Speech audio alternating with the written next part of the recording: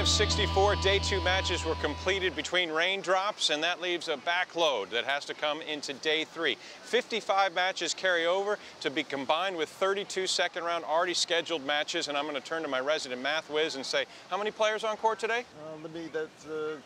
I think that's 174 players we're going to see today. We're going to go through every one of them, right? We're going to name them all as we go through the U.S. Open Morning Drive presented by Mercedes-Benz. Kevin Skinner alongside Mighty Mal Washington. Well, let's talk about what happened on day 2 on the matches that did get completed. The big news being on the women's side that Angelique Kerber, unable to defend her title from a year ago because she ran up against a very talented 19-year-old named Naomi Osaka. She snuffed out the German's chances to make it back-to-back title runs, and the news gets worse for the German as she's now poised to fall out of the top 10.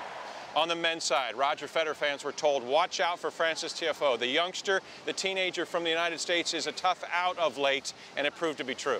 Absolutely, and Tiafoe is one of those players that all of America is looking to take the mantle of American tennis.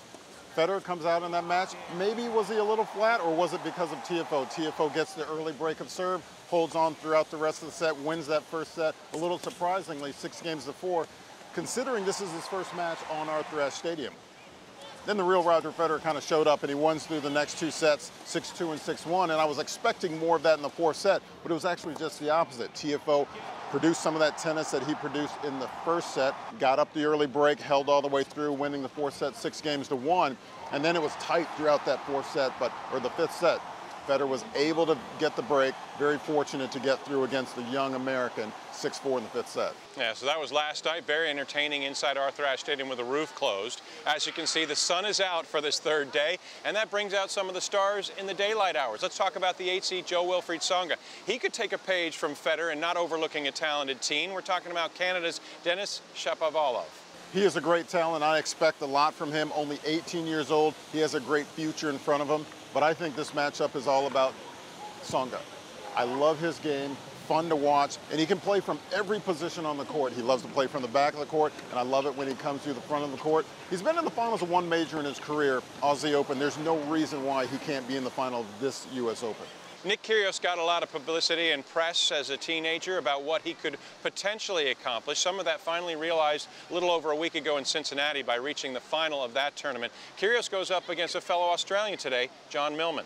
Millman is playing in his 3rd U.S. Open. He's never won a match here at the U.S. Open. But Kyrgios, we know what he can do with his game. Physically, we know what he can do, but mentally, is he going to be there? This is a great place to be when you're 22 years old, one of the best players in the world. Over the next year or 2, if he can develop the mental side and stay in there mentally, he has the potential to be one of the greats in the game. He's not there yet, but I expect him to get through over Millman. Well, the man who beat Kyrgios in the Cincinnati final is one of the other marquee names on the day on a slate that is completely full. Grigor Dimitrov will be on court, as will Alexander Zverev, 2009 champion here in New York, Juan Martín del Potro, and the champion for the men 3 years ago, Marin Cilic. Well, we have a couple of former champions still in that part of the draw that you just mentioned, but I'm going to focus on Dimitrov. I think he took another level, another step up when he won in Cincinnati over Kyrgios. Winning an ATP 1000, you making a big name for yourself. For the last couple of years, I've been waiting for him to step out. He stepped out in Cincinnati. I think he has the ability to step out here in the U.S. Open.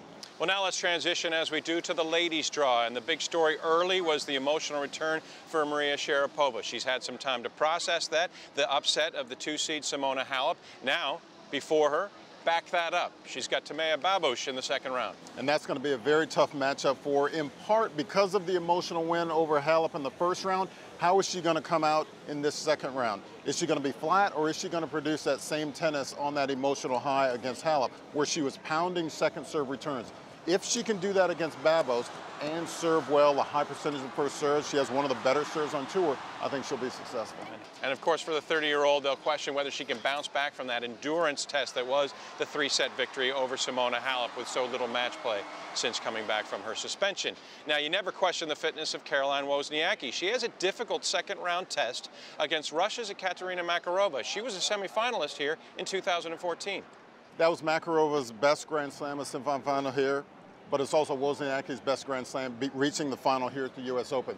There's no reason in my mind why Wozniacki can't win a Grand Slam. This is her best Grand Slam, I suspect, in her career. If she does win, this is going to be where it is. That second round matchup, Wozniacki-Makarova, is the second round matchup to watch. She had a terrific season, reaching 6 finals this year, but not having captured a single title. Maybe if she gets to a 7th final in 2017, that'll be the lucky one. 3 other big names on the women's side in action today. 11 major titles combined between them. Garbiñe Muguruza goes for her 18th win in her last 20 matches. Svetlana Kuznetsova on the rise once again, 13 years after a U.S. Open title run. She's back up to number 8 in the world, and of course Venus Williams. 2-time U.S. Open champion. She takes the court tonight under the lights. Always a fan favorite. Always a fan favorite. There's always going to be a lot of attention on Venus, but she's 37 years old. Might this be her last best chance to win a major? But I think a lot of the focus has got to be on Muguruza. I love what she's done this year, winning Wimbledon, her 2nd Grand Slam of her career. Had a great tournament in Cincinnati as well.